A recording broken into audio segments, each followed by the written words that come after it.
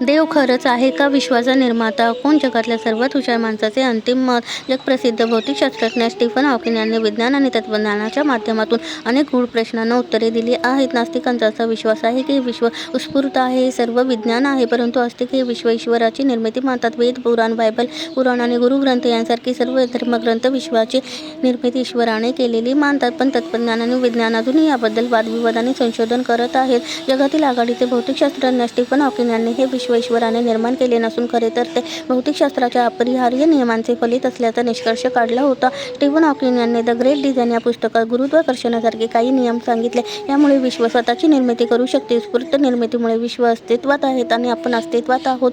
भौतिकशास्त्राच्या नियमांबद्दल ग्रोडिनोव म्हणतात, जोपर्यंत शोध लागत नाही तोपर्यंत काही जण भौतिकशास्त्राच्या नियमांना देव म्हणू शकतात.